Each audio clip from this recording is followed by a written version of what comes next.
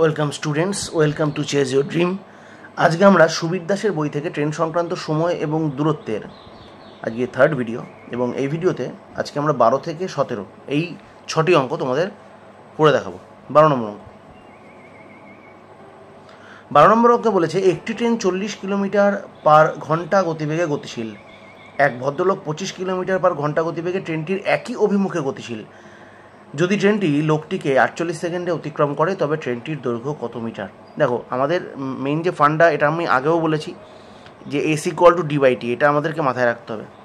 এবং S equal to D by T, এবং এই অনুযায়ী আমাদের যেহেতু ট্রেন এবং ওই মানুষটি একই দিকে গতিশীল, সুতরাং তাদের গতিবেগ এখানে বিয়োগ হবে, আপেক্ষিক গতিবেগ এখানে বিয়োগ হবে, অর্থাৎ 40 থেকে 25 বিয়োগ হবে। এবং এটা কিন্তু কিলোমিটার পার আওয়ারে আছে, ফলে এটাকে মিটার পার সেকেন্ডে আনার প্রয়োজনীয়তা রয়েছে, কারণ আমার ট্রেনের দৈর্ঘ্য কিলোমিটার হবে না, এটা মিটারে হবে। এবং এইখানেও ডেটাটা যেটা টাইম যেটা সেটা কিন্তু অলরেডি সেকেন্ডেই দেওয়া আছে, তাহলে এখানে 48 হবে। আর এখানে ডিস্টেন্সটা হচ্ছে, এখানে ডি লিখে রাখছি, ট্রেনের দৈর্ঘ্য এটাই হবে। তাহলে এখানে কত হচ্ছে, কাটা বিয়োগ করলে 15, 5/18 is equal to D by 48।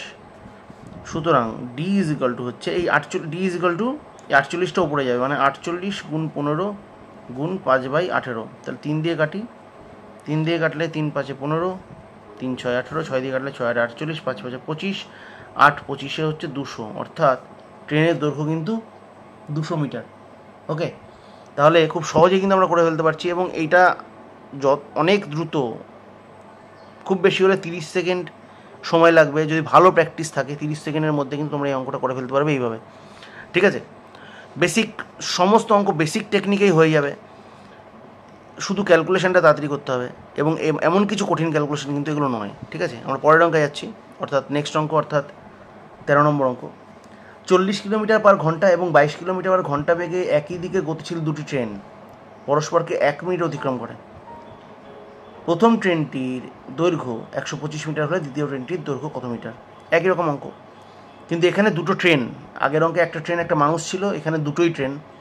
তাহলে একই দিকে মানে আবার আমার গতিবেগ কী করতে হবে, বিয়োগ করতে হবে। আবার এখানে 5/18 করতে হবে, S equal to D. Distance এখানে কিন্তু শুধুমাত্র ট্রেনের দৈর্ঘ্য হবে না, মানে একটি ট্রেনের দৈর্ঘ্য হবে না, দুটি ট্রেনের দৈর্ঘ্যই হবে। আগের অঙ্কে কিন্তু শুধুমাত্র মানুষকে অতিক্রম করার জন্য ট্রেনটির দৈর্ঘ্য হয়েছিল, মানুষের দৈর্ঘ্য, গাছের দৈর্ঘ্য, টেলিগ্রাফ পোস্টের দৈর্ঘ্য, এগুলোকে আমরা বাদ রাখি, দৈর্ঘ্যের ক্ষেত্রে ইগনোর করি। সুতরাং এখানে আমরা কিন্তু আমাদের দুটো ট্রেনের দৈর্ঘ্য নিতে হবে, একটার 125, আরেকটার আমরা জানি না, এটাকে আমরা ডি ধরে নেব। ওকে, এবং টাইম লাগছে কত? টাইম লাগছে হচ্ছে 1 মিনিট, অর্থাৎ আমরা এটাকে 60 সেকেন্ড করে নেব। ঠিক আছে, তাহলে এখানে আসছে 18 into 5/18 into 60 is equal two 125 plus D. Or এটা কেটে যাচ্ছে, 5 আর 60 গুণ করলে 300, 125 প্লাস ডি, অর্থাৎ ডি ইজ ইকাল টু 125 থেকে 300 থেকে 125 বাদ দিলে হচ্ছে 175। ঠিক আছে, সো ডিস্টেন্স কিন্তু হয়ে যাচ্ছে 175, অর্থাৎ দ্বিতীয় ট্রেনের দৈর্ঘ্য কিন্তু এখানে 175 মিটার। ওকে, খুব সহজেই অঙ্কগুলো নেমে যাবে, একই ফর্মুলার মধ্যে দিয়ে আমরা যেতে পারবো, বেশি কিছু চিন্তা করার দরকার নেই। এরপরের অঙ্ক, 260 মিটার দৈর্ঘ্যের একটি ট্রেন 25 কিলোমিটার পার ঘন্টা বেগে গেলে বিপরীত দিক থেকে 2 কিলোমিটার পার ঘন্টা বেগে হেঁটে আসা এক ব্যক্তি কত সেকেন্ড অতিক্রম করবে? আবার ধাঁচ একই, কিন্তু এটা যেহেতু বিপরীত দিক থেকে আসছে, সুতরাং আমাদের এখানে গতিবেগটা কী হবে, যোগ হবে, এবং গতিবেগটা যোগ হবে এবং 5/18 দিয়ে গুণ হবে। এবং এখানে ট্রেনটার দৈর্ঘ্যটাই শুধু নিতে হবে, কারণ মানুষের দৈর্ঘ্য এখানে ইগনোর। আর আমাদের সময়টা চেয়েছে, অর্থাৎ টিটা বের করতে হবে। তোমাদের জন্য রাখলাম ক্যালকুলেশনটা, তোমাদের জন্য রাখলাম। ওকে, আমরা 15 নম্বর অঙ্কে চলে যাচ্ছি।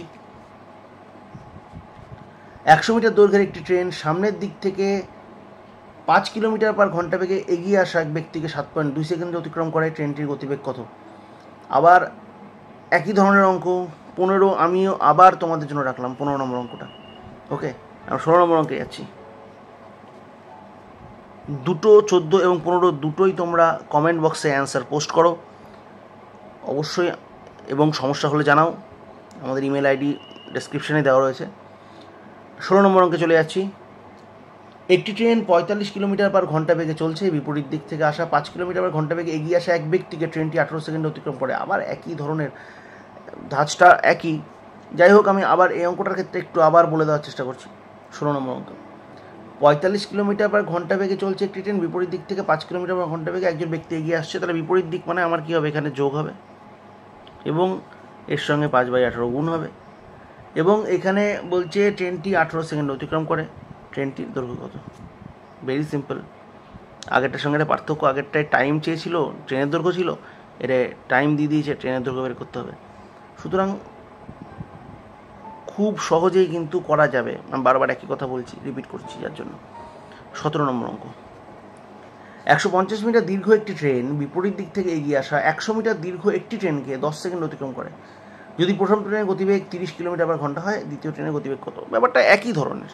দেখো, আমাদের একটা জিনিস বোঝার চেষ্টা করতে হবে যে আমাদের এখানে ডেটা কটা থাকছে। এই যে ধাঁচের অঙ্কগুলো রয়েছে, কটা ডেটা থাকছে? একটা ডেটা, দুটো ডেটা, তিনটে ডেটা, চারটে ডেটা। কখনো এটা দিচ্ছে না, কখনো এটা দিচ্ছে না, কখনো এটা দিচ্ছে না, কখনো এটা দিচ্ছে না, কখনো এইখানে দুটো ট্রেনের দৈর্ঘ্যের একটা দিচ্ছে আরেকটা দিচ্ছে না, এই মধ্যেই ঘোরাফেরা করছে। 17 নম্বর অঙ্কের ক্ষেত্রে 150 মিটার দীর্ঘ একটি ট্রেন বিপরীত দিক থেকে এগিয়ে আসা 100 মিটার দীর্ঘ একটি ট্রেনকে 10 সেকেন্ড অতিক্রম করে। তাহলে ট্রেন দুটো দৈর্ঘ্য ডি, যেটা একটা হচ্ছে 150, একটা হচ্ছে 100, এরা পরস্পরকে অতিক্রম করছে, অর্থাৎ উভয়ের দৈর্ঘ্যই কিন্তু যোগ হবে। এবং এখানে ট্রেনের দৈর্ঘ্য 10 সেকেন্ড, টাইম লাগছে 10 সেকেন্ড, এবং এখানে একজনের গতিবেগ 30, আরেকজনের গতিবেগ আমরা জানি না, ইন্টু হচ্ছে 5/18। ওকে,